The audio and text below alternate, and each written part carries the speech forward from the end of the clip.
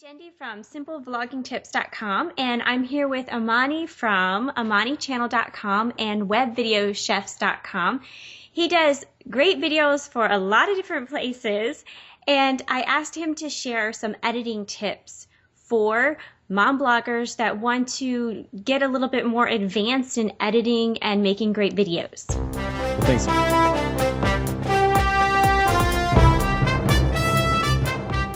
Much, Jendi, for having me. I actually found you from like the blog world. They did a carnival and I've been following ever since, and I subscribe to your information too. So you're doing great things for the moms out there. So my wife's a mom blogger too, so I've actually helped her with some of her videos. So it's always good to help share some information. Thank you. So what's your first question? Do you have any questions specifically, or I can just sort of give some basic, principles behind editing. It's whatever you think will be most helpful for your audience. Okay.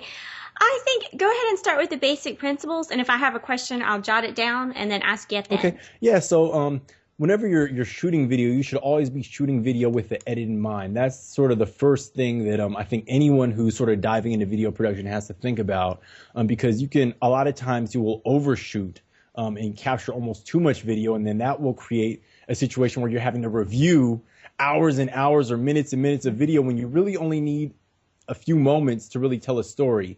Video production is really about telling a story, whether you're just creating a talking head vlog, or you're recording your kid doing something cute, or you're interviewing someone. You're really trying to get that story captured so that you can communicate that with your audience, because that's really how we all communicate, is through sharing stories. And so if you think about how you want the video to look in the end result, and shoot and capture your video that way, that will help you out a lot, I think, if you're talking about just the general concept behind editing.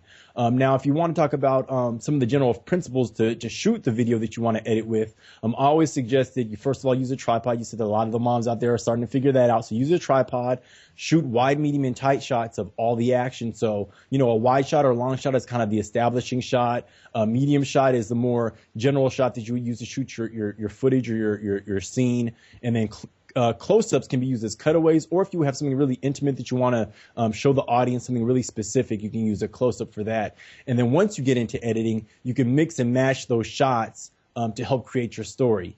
If you're talking about like how long your average edit should be, if you look at a lot of like news stories and a lot of different I don't want to say necessarily movies, because sometimes there's really flashy quick cuts, but most edits are usually like 4 to 6 seconds and not longer than that. So if you think about that, you really don't have to shoot more than 10 seconds of each shot, because at the end you're going to be chopping it down to like 4 to 6 seconds.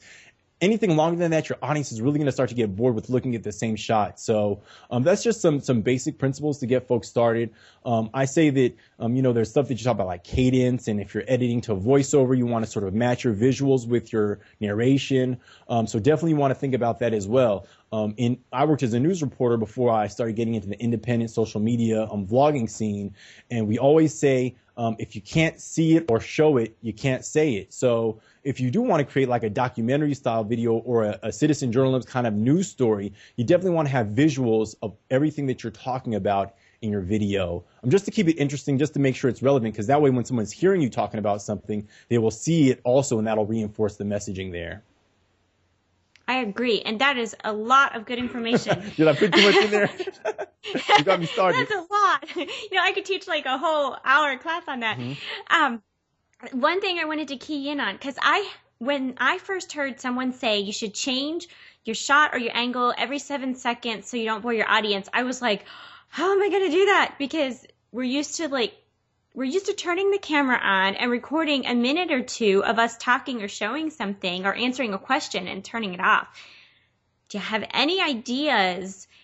And we don't have multiple cameras, and we don't have a lot of time, so we got to figure it out with those in mind. Well, it comes down a lot of times to the story. So if you are just recording a talking head vlog, you may not need to necessarily change the angle up. But if you are just recording like a talking head vlog, I say keep it to under 2 minutes or 3 minutes, something that you get in there, you say your introduction, you give your 2 or 3 talking points, you give your call to action, and you get out. If you're telling a story, like for instance, I guess I'm a daddy vlogger. I record videos of my son all the time. he's 3 years old. So one of the reasons driving his Lightning McQueen car around the neighborhood. And so, I started out with, I just asked him a cool question. I was like, Devin, what are you going to do? And he's like, I'm going to drive my car. And that was kind of the intro. And then I put some music underneath it. And then, just took some various shots of him sort of driving the car. And I took him from different angles, a close-up shot of the tires, a perspective shot of him from behind, a sort of medium shot of him driving like up the sidewalk, and just kind of got creative with my shots. So it really just depends upon what the overall story that you're trying to tell. If you want to do an interview with someone, like we're doing right now, have 3 or 4 questions in mind, and just create your story around the conversation. So those are just some basic tips, but you always want to think about those visuals. How can you enhance your video with some additional visuals? Perhaps here's another idea. So if you are doing like a talking head vlog and you want to make some talking points, create a PowerPoint slide with some text bullet points that match what you're talking about. Even some simple things like that will create something different for your audience to look at, so they don't get as bored with your content. So even adding some basic text on the screen, like to the side or underneath, or some annotations from YouTube, will that help? To the side, even a full screen graphic, just depending upon what it is. Just, something that will help reinforce your messaging, give people something to look at, something for them to sort of break up the monotony, if you will, of just the video content that you're creating. All right. Well, in order to keep this short, I'm going to say thank you so much, because I don't want to make them bored. That sounds great. And can you tell them where they can go to find out more about you and maybe watch the video of your son? Yeah, so that's on my personal YouTube channel. It's youtube.com/a-channel, ACHANNEL, and I have a bunch of videos of Devin there.